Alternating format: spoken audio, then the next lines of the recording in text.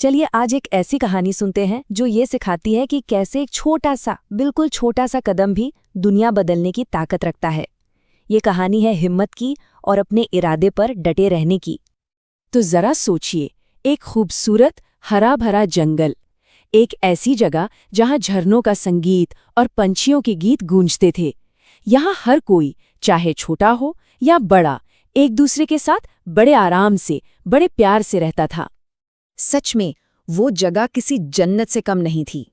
और इसी जंगल में एक ऊंचे से पेड़ पर अपने छोटे से घोंसले में रहती थी एक नन्ही सी चिड़िया, हमारी इस कहानी की हीरो।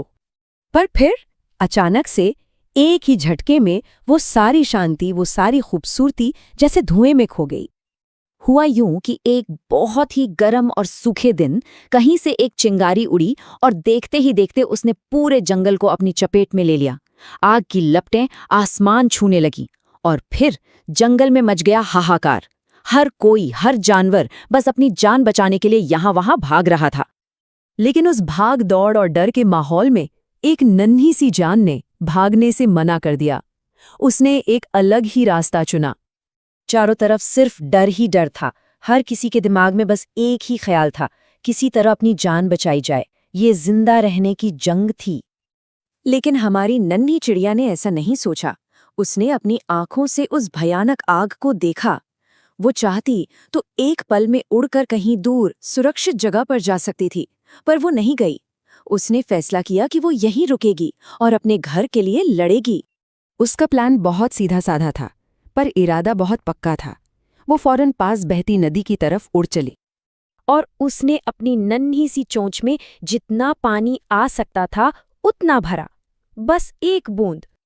और वो रुकी नहीं, वो बार बार नदी तक जाती, अपनी चोंच में एक बूंद पानी भरती और उसे वापस आकर आग की लपटों पर डाल देती। एक बार में बस एक बूंद। पर अक्सर ऐसा होता है ना? जब कोई हिम्मत दिखाता है तो शक करने वाले भी सामने आ ही जाते हैं। और यहीं से कहानी में एक नया मोड़ आता है। एक पेड़ पर बैठा एक बूढ़ा उल्लू, जिसे सब बहुत समझदार मानते थे, ये सब कुछ बड़े ध्यान से देख रहा था। उसे इस नन्ही चिड़िया की हरकत बिल्कुल समझ नहीं आ रही थी। वो उड़कर उस चिड़िया के पास पहुंचा और मजाक उड़ाते हुए बोला, अरे ओ नन्ही चिड़िया, ये क्या बेवकूफ़ी कर रही हो तुम? उल्लू ने अपनी बात आगे बढ़ाई, ये पागलपन बंद करो और अपनी जान बचाओ। क्या तुम्हें सच में लगता है कि तुम्हारी इस छोटी सी चोंच की एक बूंद से ये भयानक आग बुझ जाएगी? और अब हम कहानी के उस हिस्से पर आते हैं जो इस कहानी का दिल है, इसकी जान है। चिड़िया का जवाब गुस्से वाला नहीं था, बल्कि गहरी समझ से भरा हुआ था।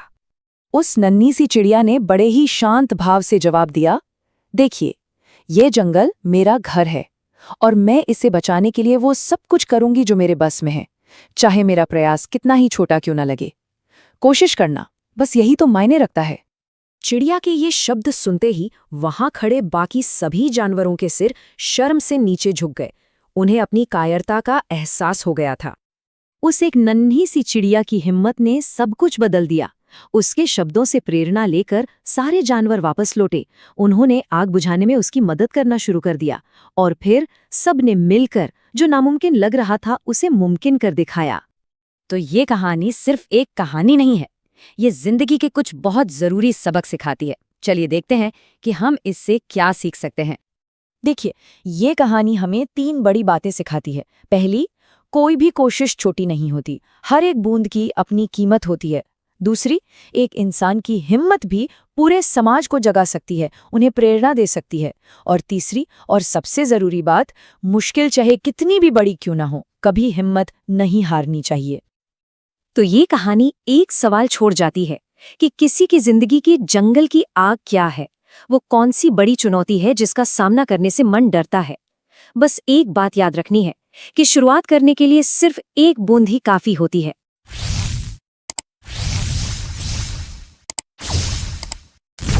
नमस्ते। चलिए आज चुनते हैं एक कहानी, एक गिलहरी की। नाम था उसका बुलबुल। बड़ी शरारती थी और उसकी एक छोटी सी गलती उस पर इतनी भारी पड़ी कि आप सोच भी नहीं सकते। तो सवाल ये उठता है कि एक छोटी सी शरारत की असली कीमत क्या हो सकती है? मतलब एक छोटा सा मजाक कितना महंगा पड़ सकता है? बुलबुल की कहानी हमें इसी सवाल के अंदर लेकर जाएगी। तो कहानी की जो मेन कैरेक्टर है वो है बुलबुल, एक ऐसी गिलहरी जो पूरे जंगल में अपनी नटखट हरकतों के लिए जानी जाती थी। फुर्ती तो उसमें कमाल की थी, यहाँ से वहां उछलना कूदना बस पूछिए मत। पर यही फुर्ती, यही शरारतें उसके लिए सबसे बड़ी मुसीबत भी थी। अब देखिए, जंगल के बाकी जानवर उसकी इन शरारतों से तंग आ चुके थे।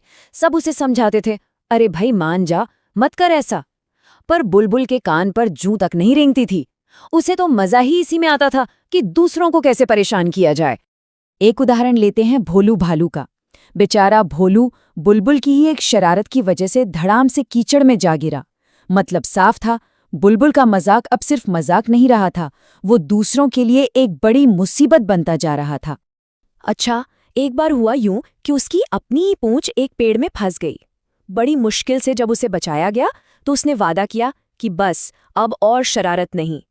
लेकिन ये वादा कितने दिन टिकता? सिर्फ 2 दिन। 2 दिन में ही उसका मन फिर से शरारतों के लिए मचलने लगा।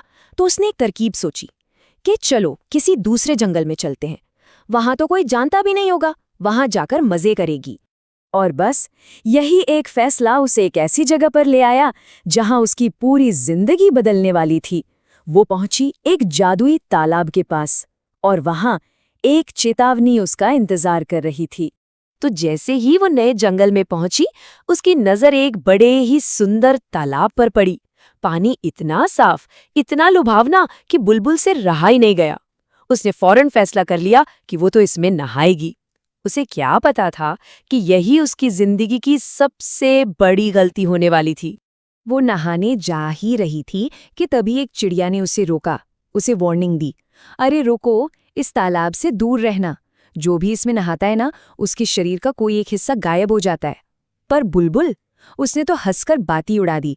उसे लगा कि ये चिड़िया बस उसे खामखा डरा रही है। और फिर वही हुआ जिसका डर था। बुलबुल ने किसी की नहीं सुनी और अपनी जिद का अंजाम उसे भुगतना ही पड़ा। जैसे ही बुलबुल तालाब से नहाकर बाहर निकली, वही चिड़िया उसे देखकर हंसने लगी। अब बुलबुल को तो बड़ा गुस्सा आया, पर चिड़िया ने हंसते हुए बस एक सवाल पूछा, एक ऐसा सवाल जिसने बुलबुल के होश ही उड़ा दिए। उसने पूछा, अरे तुम्हारी पूंछ कहाँ गई? बुलबुल ने झट से पीछे मुड़कर देखा, और बस उसकी तो जैसे दुनिया ही लुट गई। उसकी वो घनी, वो सुंदर पूंछ जिस पर उसे इतना नाज था, वो गायब हो चुकी थी। और जैसे ही उसे अपनी गलती का एहसास हुआ, वो फूट फूट कर रोने लगी। तो अब क्या हो सकता था? क्या सब कुछ खत्म हो गया? क्या बुलबुल को उसकी प्यारी पूंछ कभी वापस मिल भी पाएगी? वो रो ही रही थी कि तभी तालाब के शांत पानी से एक गहरी आवाज आई। आवाज ने कहा, ये एक जादुई तालाब है। तुमने चेतावनी पर ध्यान नहीं दिया और इसलिए तुम्हारी पूंछ चली गई। लेकिन रुकिए, कहानी यहाँ खत्म नहीं होती है। बुलबुल को अपनी पूंछ वापस पाने का एक मौका जरूर मिला। पर हाँ, ये रास्ता बिल्कुल भी आसान नहीं था। उस जादुई तालाब ने उसे अपनी गलती सुधारने के लिए 3 काम करने को कहा। पहला, अपने जंगल वापस जाओ और एक-एक जानवर से माफी मांगो। दूसरा, आज के बाद से सारी शरारतें बंद। और तीसरा, जंगल में हर किसी की मदद करो जिसकी भी जरूरत हो। तो बुलबुल जब बिना पूछ के अपने जंगल वापस पहुंची तो सबने उसका खूब मजाक उड़ाया। जाहिर है, उड़ाना ही था। पर अब वो पुरानी वाली बुलबुल नहीं थी। इस बार उसने गुस्सा नहीं किया, बल्कि सिर झुकाकर सबसे माफी मांगी। ये उसके बदलने की तरफ पहला कदम था। और बात सिर्फ माफी पर खत्म नहीं हुई, अब वो सच में बदल चुकी थी। उसने तेज बारिश में भीगकर चिड़िया के बच्चों के लिए दाना जमा किया, भोलू भालू के लिए ऊंचे ऊंचे पेड़ों से फल तोड़कर नीचे गिराए। मतलब अब जंगल में किसी को भी कोई जरूरत होती तो बुलबुल मदद के लिए सबसे आगे खड़ी मिलती। तो सवाल ये है कि बुलबुल की इस नेकी का, इस बदलाव का उसे कोई फल मिला? जी हाँ, बिल्कुल मिला। उसकी खूबसूरत पूंछ धीरे धीरे वापस आने लगी। पर ये किसी जादू की वजह से नहीं हुआ। ये हुआ उन जानवरों के प्यार और दुआओं से जिनकी बुलबुल ने दिल से मदद की थी। मतलब उसकी अपनी ही भलाई उसका सबसे बड़ा इनाम बनकर लौटे। तो इस पूरी कहानी से हमें सीखने को क्या मिलता है? सबसे बड़ी सीख ये है कि हमें किसी भी चीज को बिना इजाजत के इस्तेमाल नहीं करना चाहिए। और अगर कोई हमें किसी खतरे से आगाह कर रहा है तो उसकी बात को गंभीरता से लेना चाहिए। बुलबुल की एक छोटी सी गलती ने उसे ये जिंदगी भर का सबक सिखा दिया। और जाते जाते एक सवाल सोचने पर मजबूर करता है, सच्ची सुंदरता आखिर है क्या? क्या वो बुलबुल की खूबसूरत घनी पूंछ में थी, या फिर उसके बदले हुए स्वभाव में, उसके अच्छे कामों में थी? इस पर सोचिएगा जरूर।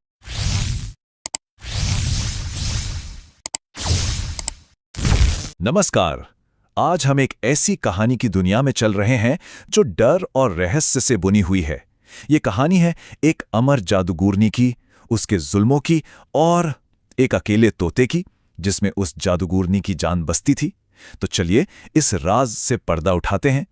तो सबसे बड़ा सवाल यही है, एक ऐसी ताकत को कोई कैसे हरा सकता है जिसे मौत छू भी नहीं सकती? एक ऐसी जादूगरनी जो वक्त को भी मात दे चुकी हो। क्या उसकी शक्ति सच में बेहिसाब है, या फिर हर ताकत की तरह उसकी भी कोई कमजोरी है? कहानी की शुरुआत होती है एक गांव से, जो सालों से नहीं बल्कि सदियों से एक क्रूर जादूगरनी चित्रकला के खौफ में जी रहा था। सोचिए, एक पहाड़ की चोटी पर चित्रकला नाम की एक जादूगरनी रहती थी, जो अपने काले जादू से पूरे इलाके पर हुकूमत करती थी। और नीचे गांव के लोग हर दिन बस इसी डर में जीते थे कि पता नहीं कब उसका गुस्सा उन पर टूट पड़े और सब कुछ खाक हो जाए। देखिए, ये सिर्फ एक टैक्स नहीं था, ये तो डर से खरीदी गई जिंदगी थी।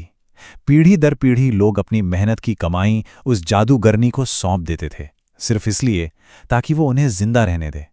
ये एक ऐसी गुलामी थी जो उनकी रूह में बस चुकी थी और जिसका कोई अंत नजर नहीं आता था। गांव में तो जिंदगी और मौत का चक्कर चलता रहता था। बच्चे पैदा होते, जवान होते, बूढ़े होते और फिर मर जाते। लेकिन उस पहाड़ पर चित्रकला पर वक्त का कोई असर नहीं था। वो हमेशा जवान, हमेशा खूबसूरत और हमेशा ताकतवर बनी रही। उसकी यही अमरता गांव वालों के लिए सबसे बड़ा अनसुलझा रहस्य थी। लेकिन कहते हैं ना, कितने ही घने अंधेरे में क्यों ना हो, उम्मीद की एक चिंगारी कहीं ना कहीं सुलग रही होती है। और इस गांव के लिए वो चिंगारी था राकेश, एक नौजवान जिसके दिल में नाइंसाफी के खिलाफ आग जल रही थी। राकेश ने अपने पिता को इसी जुल्म और मेहनत के बोझ तले दम तोड़ते देखा था, और अब उसे भी अपनी गाढ़ी कमाई का एक बड़ा हिस्सा उसी जादूगरनी को देना पड़ रहा था। तो ये उसके लिए सिर्फ नाइंसाफी नहीं थी, ये एक जाती जख्म था। और फिर एक दिन उसके सब्र का बांध टूट गया। उसने अपनी मां से अपने दिल की बात कह डाली। ये सिर्फ एक शिकायत नहीं थी, ये एक बगावत की शुरुआत थी। उसी पल राकेश ने ठान लिया कि वो इस गुलामी को जड़ से उखाड़ फेंकेगा। यहां पर ना दो बहुत मजबूत ताकतें आपस में टकराएं। एक तरफ थी उसकी मां की आवाज, जिसमें गांव की पीढ़ियों का डर, हार और ये यकीन था कि विरोध करने का कोई फायदा नहीं।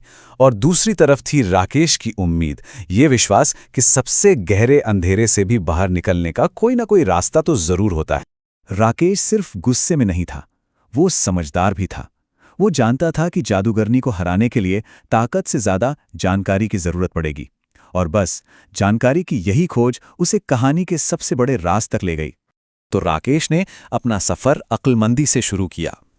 वो गांव की एक बुजुर्ग दीनानंद के पास गया। दीनानंद को एक पुरानी कहानी याद थी, गोपाल की कहानी। वो इकलौता आदमी जो जादूगरनी के चंगुल से बच निकला था। राकेश ने गोपाल को ढूंढ निकाला, और जब गोपाल को उस पर भरोसा हो गया तो आखिरकार उसे वो राज पता चला जो सब कुछ बदलने वाला था। गोपाल ने उसे अपनी नाकाम कोशिश की कहानी सुनाई। उसने बताया कि कैसे वो रात के अंधेरे में महल में घुस गया था और सोती हुई चित्रकला का गला घोंट दिया था, लेकिन उसे कुछ हुआ ही नहीं, वो मरी ही नहीं। और तब गोपाल ने उस चौंकाने वाली सच्चाई से पर्दा उठाया। जादूगरनी की जान उसके शरीर में थी ही नहीं, उसने अपनी रूह को एक दूसरे जीव में कैद कर रखा था, एक तोते में, जिसे वो हमेशा अपने पास रखती थी। यही था उसकी अमरता का राज। अब राकेश का मकसद शीशे की तरह साफ था। जादूगरनी को मारने का सिर्फ एक ही तरीका था, उस जादुई तोते को खत्म करना। अगर तोता मर गया तो जादूगरनी अपने आप मर जाएगी। अब राकेश के पास राज था और हिम्मत भी थी। वो बस उस रात का इंतजार कर रहा था जब वो इस आतंक को हमेशा हमेशा के लिए खत्म कर सकता था। राकेश चुपके से महल में दाखिल हुआ। उसने देखा कि जादूगरनी सो रही है और तोता पिंजरे में कैद है। लेकिन हैरानी की बात यह हुई कि वो तोता खुद भी उस कैद से आजाद होना चाहता था। उसने राकेश को खुद को मारने का एक ऐसा तरीका बताया जिससे उसे कोई तकलीफ ना हो। तरीका जितना अजीब था उतना ही चालाकी भरा भी। तोते ने कहा, इस कमरे को धुएं से भर दो, मेरा दम घुट जाएगा और मेरी मौत के साथ ही वो भी मर जाएगी। लेकिन कहानी में एक और मोड़ था। तोते ने बताया कि उसके पास 2 जिंदगियां हैं। जैसे ही जादूगरनी की जान खत्म होगी वो फिर से जी उठेगा, इस बार हमेशा के लिए आजाद। राकेश ने बिल्कुल वैसा ही किया जैसा उसे बताया गया था। अगली रात वो जलती हुई लकड़ियां लेकर आया, उन्हें खिड़की से कमरे के अंदर फेंका और फिर खिड़की और दरवाजा बाहर से बंद कर दिए ताकि धुआं बाहर ना निकल पाए। कुछ ही देर में पूरा कमरा धुएं से भर गया। अंदर तोते ने दम तोड़ दिया और ठीक उसी पल अपने बिस्तर पर सो रही जादूगरनी भी बेजान होकर जमीन पर गिर पड़ी। सदियों का आतंक एक पल में खत्म हो गया। जादूगरनी की मौत के साथ ही गांव के लिए एक नई सुबह का आगाज हुआ। एक ऐसी सुबह जिसमें डर नहीं था बल्कि आजादी की सांसें थीं। राकेश ने दरवाजा खोला और पिंजरे को बाहर खुली हवा में ले आया। और जैसा तोते ने कहा था ठीक वैसा ही हुआ। कुछ ही पलों में तोता फिर से जिंदा हो गया। जादूगरनी की जान अब उससे जुड़ी नहीं थी और वो हमेशा के लिए आजाद था। ये राकेश की हिम्मत और समझदारी ही थी जिसकी वजह से न सिर्फ वो बल्कि पूरा गांव उस जालिम जादूगरनी के आतंक से हमेशा हमेशा के लिए आजाद हो गया। तो ये कहानी आखिर में हमारे लिए एक बड़ा सवाल छोड़ जाती है। जब सारी उम्मीदें खत्म हो चुकी हों और हर तरफ डर का साया हो, तो एक अकेले इंसान का साहस और इरादा क्या कुछ नहीं कर सकता? ये कहानी दिखाती है कि कभी-कभी बगावत की एक अकेली चिंगारी पूरी दुनिया को बदल सकती है।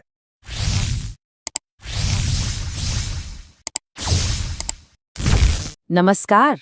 आज हम एक बड़ी ही दिलचस्प कहानी को समझने वाले हैं।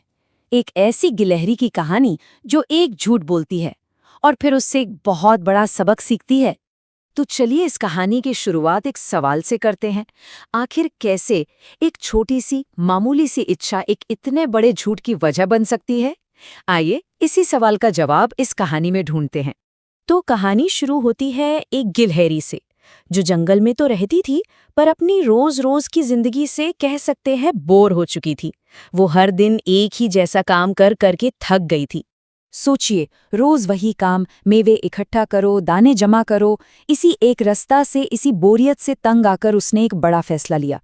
उसे कुछ नया चाहिए था, एक एडवेंचर, और वो एडवेंचर उसे शहर में मिलेगा, ऐसा उसे लगा। और उसने फैसला लेने में जरा भी देर नहीं लगाई।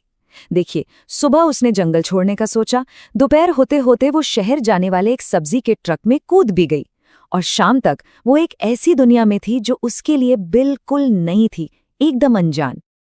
अब शहर में जो हुआ वो एक ऐसा हादसा था जिसकी उसने कभी कल्पना भी नहीं की थी। एक ऐसा एक्सीडेंट जिसने उसकी पूरी जिंदगी ही बदल कर रख दी।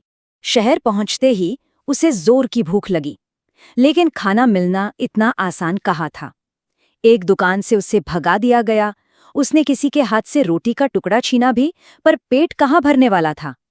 और इसी खाने की तलाश में उसकी नजर पड़ी 2 बड़े-बड़े ड्रमों पर। उनमें से एक ड्रम में सुनहरे रंग का कुछ भरा हुआ था, होली वाला पेंट। पर बेचारी गिलहरी को क्या पता, उसने उसे कुछ खाने की चीज समझ लिया, और जैसे वो उसे चखने के लिए झुकी, धड़ाम, वो सीधा उसी ड्रम के अंदर जा गिरी। खैर, किस्मत अच्छी थी कि एक रहमदिल औरत ने उसे देख लिया। उसने उसे बाहर निकाला और सूखने के लिए धूप में छोड़ दिया। लेकिन जैसे जैसे वो सूख रही थी, कुछ बहुत ही अजीब हो रहा था। अब देखिए, हादसे से पहले वो एक आम भूरे रंग की गिलहरी थी, लेकिन हादसे के बाद वो ऐसी लग रही थी मानो सोने से बनी हो। उसका पूरा का पूरा रूप ही बदल चुका था। तो अब सवाल ये था कि जब ये सुनहरी गिलहरी वापस जंगल जाएगी तो क्या होगा? उसने अपने इस नए रूप का फायदा कैसे उठाया? चलिए देखते हैं। जैसे ही वो जंगल पहुंची, सारे जानवर उसे देखकर बस दंग रह गए। भाई, उन्होंने ऐसा जीव पहले कभी देखा ही नहीं था। और इसी हैरानी ने, इसी आश्चर्य ने गिलहरी को एक कहानी बनाने का मौका दे दिया। उसने बड़े ही आत्मविश्वास से कहा, मैं परियों के देश से आई हूं, वहां तो सब जानवर सोने के ही होते हैं। और बस इसी एक झूठ ने उसे जंगल में एक वीआईपी बना दिया। अब उसे कोई काम नहीं करना पड़ता था, 0, एक भी नहीं। सारे जानवर उसे खास मेहमान समझकर उसके लिए खाना लाते। उसकी तो जिंदगी एकदम सेट हो गई थी। लेकिन उसके झूठ का असर दूसरों पर भी हो रहा था। एक बेचारा कौआ जो अपने काले रंग से परेशान था, उसने बड़ी उम्मीद से पूछा, क्या तुम मुझे भी परियों के देश ले चलोगी?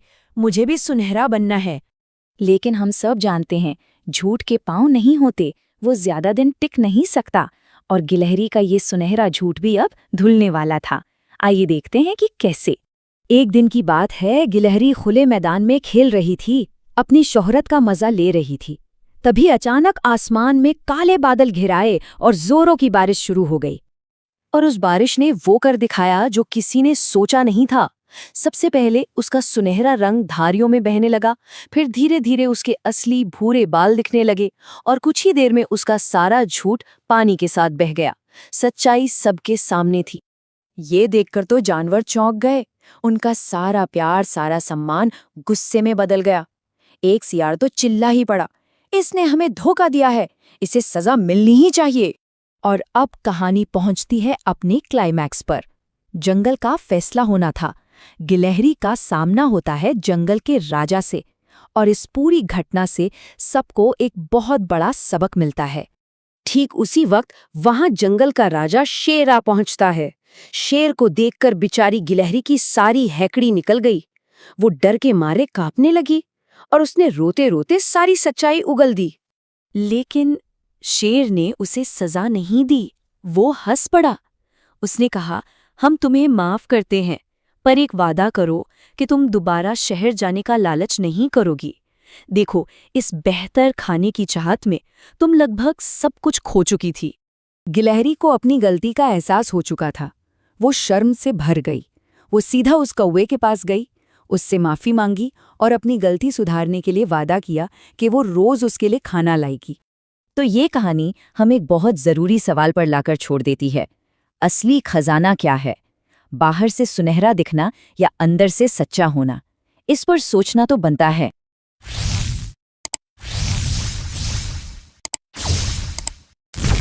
आज एक ऐसी कहानी सुनाते हैं जो दोस्ती और धोखे के बारे में बहुत कुछ सिखाती है। ये कहानी है एक लकड़हारे और 2 मगरमच्छों की।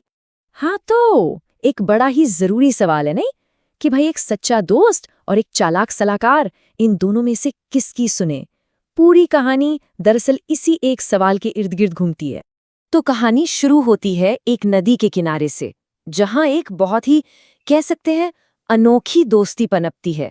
एक इंसान और, यकीन मानिए, एक जानवर के बीच। तो होता यूं है कि एक लकड़हारा रोज की तरह नदी किनारे पहुंचता है पेड़ काटने, और वहां उसकी मुलाकात होती है एक मगरमच्छ से। पर यह मगरमच्छ बड़ा सीधा साधा था। उसने लकड़हारे से बस एक छोटी सी गुजारिश की कि प्लीज ये मेरा पसंदीदा पेड़ मत काटो, मुझे इसकी छांव बहुत पसंद है। अब लकड़हारे ने भी अपनी मजबूरी बताई कि भाई, लकड़ी काटना तो मेरा काम है, मेरा गुजारा इसी से होता है। तो मगरमच्छ ने एक बढ़िया सा हल निकाला। उसने कहा, एक काम करते हैं, मैं तुम्हें रोज नदी के पार से सूखी लकड़ियां लाकर दूंगा, तुम बस ये हरे पेड़ छोड़ दो।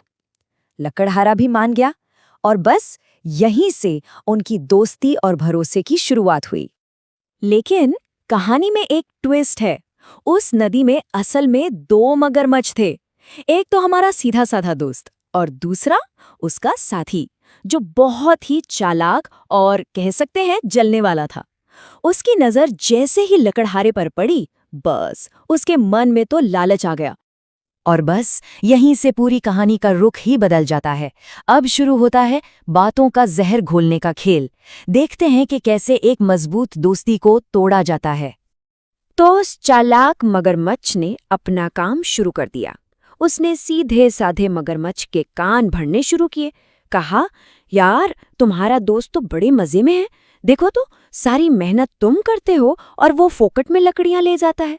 देख रहे हैं शक का पहला बीज कैसे बोया जाता है। अब बेचारे सीधे मगरमच्छ ने अपनी दोस्ती की दुहाई दी तो उस चालाक ने दूसरा दांव खेला, डर का। बोला, अरे तुम इंसानों को जानते नहीं हो, जिस दिन तुम लकड़ी नहीं ला पाए ना, उसी दिन वो ये सारे पेड़ काट डालेगा। मतलब पहले शक पैदा किया और अब डर। और फिर उसने अपना असली चेहरा दिखाया, सीधे सीधे बोल दिया, एक काम करते हैं, चलो उसे मार कर खा जाते हैं। तुम बस उसे अपनी पीठ पर बिठाकर नदी के बीच में ले आओ। और धीरे धीरे ये जहरीली बातें सीधे मगरमच्छ के दिमाग पर असर करने लगीं। तो जाल बिछ चुका था, दोस्ती का मुखौटा और पीछे एक भयानक धोखा। कहानी अब अपने सबसे क्रिटिकल पॉइंट पर पहुंच चुकी है। तो अगले दिन वो मगरमच्छ, जो अब दोस्त नहीं रहा था, लकड़हारे के पास गया। बातों में आकर उसने लकड़हारे से कहा कि चलो नदी के उस पार और अच्छी लकड़ियां हैं। बेचारा लकड़हारा, उसने तो अपने दोस्त पर आंख बंद करके भरोसा कर लिया और बैठ गया उसकी पीठ पर। और जैसे ही वो लोग नदी के बिल्कुल बीचों बीच पहुंचे, मगरमच्छ रुक गया और उसने कहा, मैं तुम्हें खाने जा रहा हूं, आज ये सारा किस्सा ही खत्म करते हैं। सोचिए, दोस्ती का ऐसा सिला, मौत का सीधा सीधा ऐलान। लेकिन क्या लकड़हारा हार मान लेगा? नहीं, अब कहानी का फोकस बदलता है। अब बारी है लकड़हारे की हिम्मत और तेज दिमाग की। एक पल के लिए तो लकड़हारे के हाथ पैर फूल गए, जाहिर सी बात है, पर फिर उसे एकदम से याद आया कि वो लाचार नहीं है। उसके हाथ में उसकी कुल्हाड़ी थी, जो कल तक उसका औजार थी, आज वही उसका हथियार थी। ये था टर्निंग पॉइंट। और बस लकड़हारे ने पूरी हिम्मत जुटाई और अपनी कुल्हाड़ी से मगरमच्छ पर वार कर दिया। मगरमच्छ घायल हो गया। और मजे की बात देखिए, वो जो दूसरा चालाक मगरमच्छ था ना, जो दूर से ये सब देख रहा था, वो अपने दोस्त को मुसीबत में छोड़कर 9-2-11 हो गया। खैर, लकड़हारा किसी तरह तैरकर किनारे आ गया और उसकी जान बच गई। तो इस पूरी कहानी से हमें क्या सीखने को मिलता है? इसमें कुछ बहुत ही गहरे सबक छिपे हैं। चलिए जरा उन पर बात करते हैं। कहानी की सबसे बड़ी सीख जो बिल्कुल साफ है, वो ये है कि एक धूर्त इंसान की दोस्ती अच्छे से अच्छे दोस्तों के बीच भी दुश्मनी पैदा कर सकती है ना? तो इस पूरी कहानी से कुछ बातें गांठ बांध लेनी चाहिए। पहली चीज, ऐसे लोगों से हमेशा सावधान रहना चाहिए जो कान भरते हैं, जो शक के बीज बोते हैं। दूसरी बात, सच्ची दोस्ती भरोसे का नाम है, लेन देन का नहीं। अगर कोई रिश्ता सिर्फ तुम मेरे लिए ये करो, मैं तुम्हारे लिए वो करूंगा पटिका है, तो वो दोस्ती नहीं, सौदा है। तीसरी, मुश्किल समय में शांत दिमागी सबसे बड़ा हथियार होता है। लकड़हारे ने पैनिक नहीं किया, उसने एक्शन लिया। और हाँ, आखिरी और सबसे जरूरी बात, एक चालाक और मतलबी इंसान की वफादारी बस तब तक होती है जब तक खतरा न हो।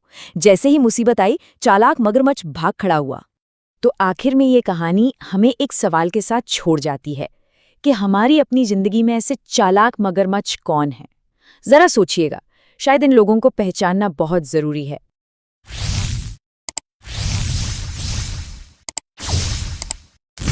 क्या हो अगर एक चालाक बंदर अपनी भूख मिटाने के लिए जादू का सहारा ले ले? आज हम एक ऐसी ही कहानी सुनाने वाले हैं जिसमें चालाकी और धोखे के बीच एक बहुत पतली सी लाइन है। ये कहानी है चिंकी बंदर की, जिसका एक करतब उसे जंगल का हीरो भी बना सकता था और विलेन भी। तो चलिए देखते हैं आखिर हुआ क्या। अच्छा, कहानी में आगे बढ़ने से पहले 1 मिनट के लिए सोचिए, क्या चालाक होना हमेशा कामयाबी की गारंटी होता है या कभी-कभी हमारी होशियारी ही हमें फंसा देती है?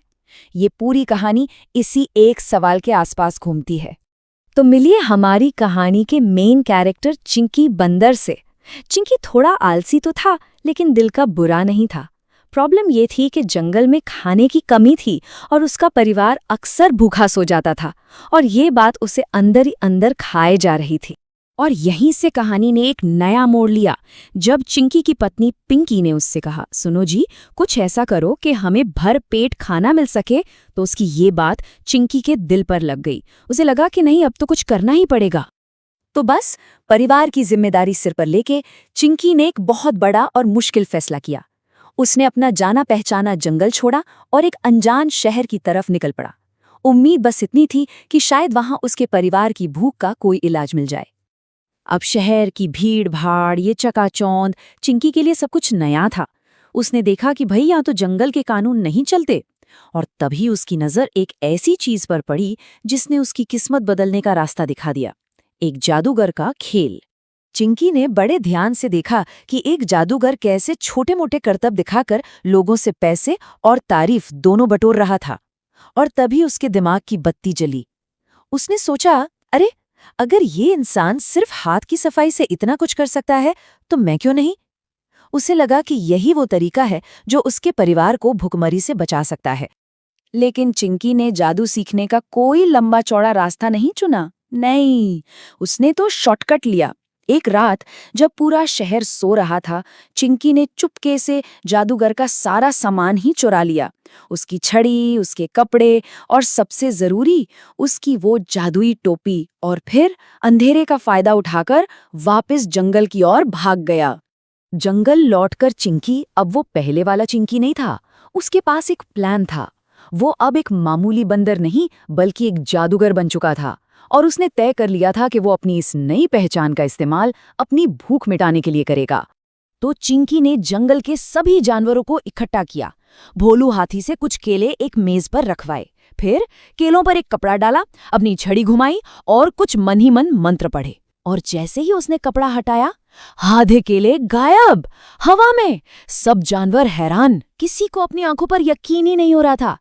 अपनी इस नई ताकत का इस्तेमाल चिंकी ने दूसरों को डराने के लिए किया। उसने ऐलान किया, अगर तुम सब अपना खाना बचाना चाहते हो तो हर दिन अपने खाने का आधा हिस्सा मुझे दे जाना, वरना तुम्हारा सारा खाना ऐसे ही गायब हो जाएगा। और चिंकी का प्लान एकदम हिट हो गया। अब उसे और उसके परिवार को बिना कोई मेहनत किए रोज पेट भर खाना मिलने लगा। लेकिन उनके इस आराम की कीमत जंगल के बाकी जानवर चुका रहे थे। वो अब पहले से भी ज्यादा भूखे और परेशान रहने लगे थे। लेकिन कहते हैं ना, हर धोखे का अंत होता है। और इस कहानी में सच्चाई का परचम लहराने आया शहर से लौटा मिट्ठू तोता। वो सिर्फ एक तोता नहीं था, वो एक उम्मीद था जो चिंकी के इस धोखे के अंधेरे को मिटाने आया था। देखिए, मिट्ठू कोई आम तोता नहीं था। उसने शहर के सर्कस में काम किया था, दुनिया देखी थी। वो जानता था कि जिसे लोग जादू समझते हैं वो असल में हाथ की सफाई और नज़र का धोखा होता है। तो जैसे ही उसने चिंकी के चमत्कारों के बारे में सुना, वो फौरन समझ गया कि दाल में कुछ काला है। मिट्ठू ने डरे हुए जानवरों को हिम्मत दी। उसने कहा, डरो मत, चिंकी कोई जादूगर वादूगर नहीं है, वो एक धोखेबाज है। मैं सबको दिखाऊंगा कि कैसे वो तुम्हें बेवकूफ बना रहा है। बस मेरा साथ दो। मिट्ठू की बातों से हिम्मत पाकर सारे जानवर चिंकी के पास पहुंच गए और दोबारा जादू दिखाने की जिद करने लगे। चिंकी के तो पसीने छूट गए। उसने बहाने बनाने की बहुत कोशिश की।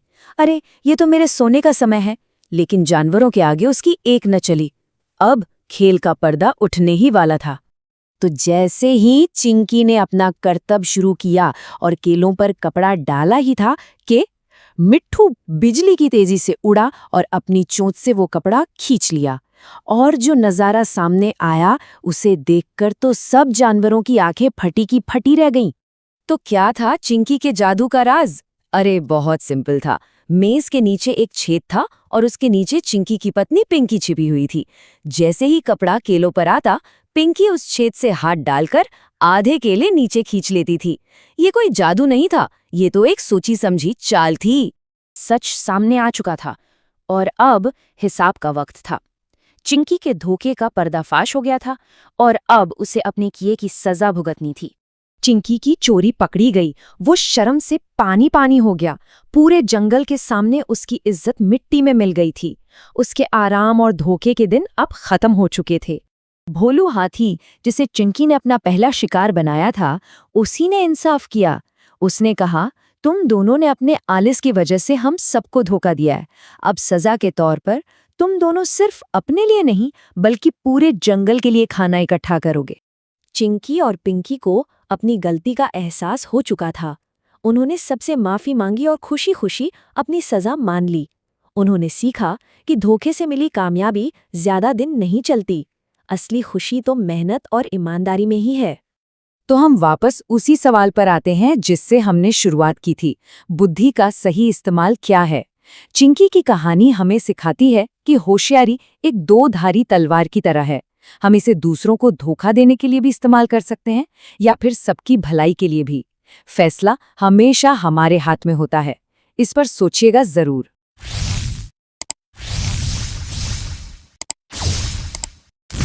नमस्कार। चलिए आज एक ऐसी कहानी सुनते हैं जो हम सबको कुछ सोचने पर मजबूर कर देगी। एक सफेद हाथी की कहानी। और ये सिर्फ एक कहानी नहीं है, ये एक सबक है।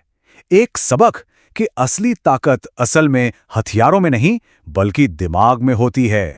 जरा सोचिए, एक ऐसी दुनिया जहां सिर्फ ताकत की बोली जाती हो, जिधर देखो बड़े बड़े दिग्गज, लेकिन उस दुनिया में भी जो सबसे बड़ा हथियार था ना, वो ताकत नहीं थी, वो थी समझदारी। तो चलिए इसी समझदारी और बुद्धिमानी की कहानी में थोड़ा और गहरा उतरते हैं।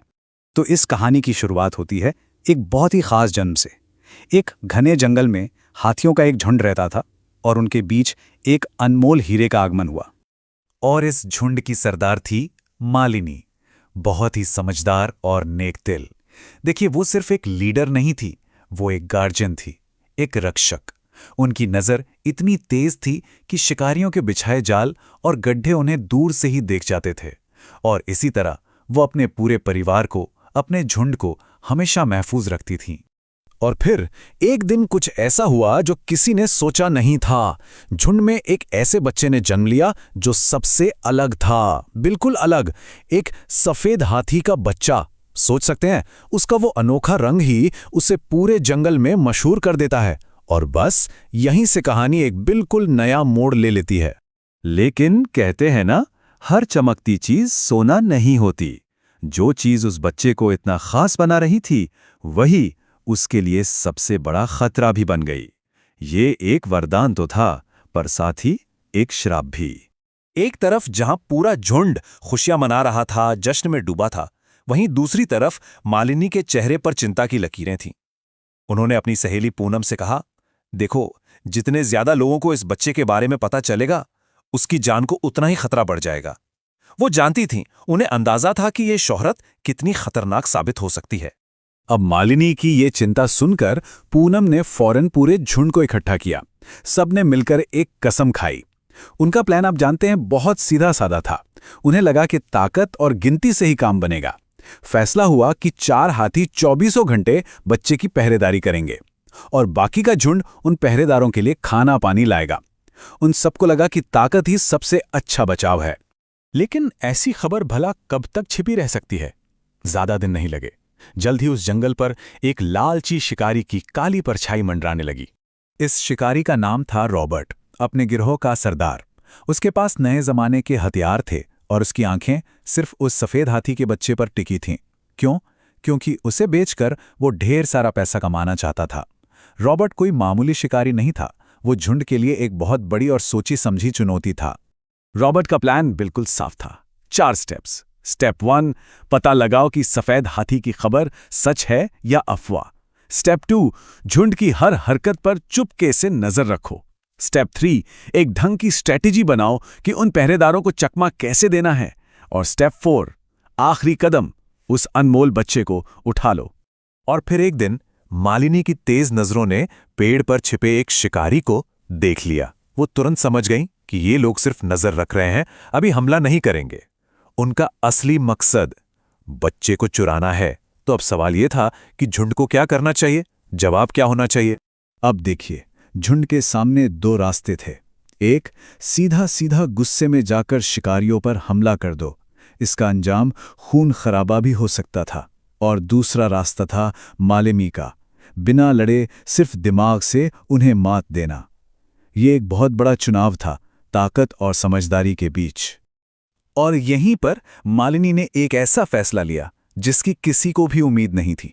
उन्होंने ताकत का जवाब ताकत से नहीं, बल्कि एक ऐसे गठबंधन से देने का सोचा जिसके बारे में कोई सोच भी नहीं सकता था। मालिनी सीधे पहुंची जंगल के राजा शेर के पास, और शेर ने उनकी बात सुनकर मदद का वादा किया।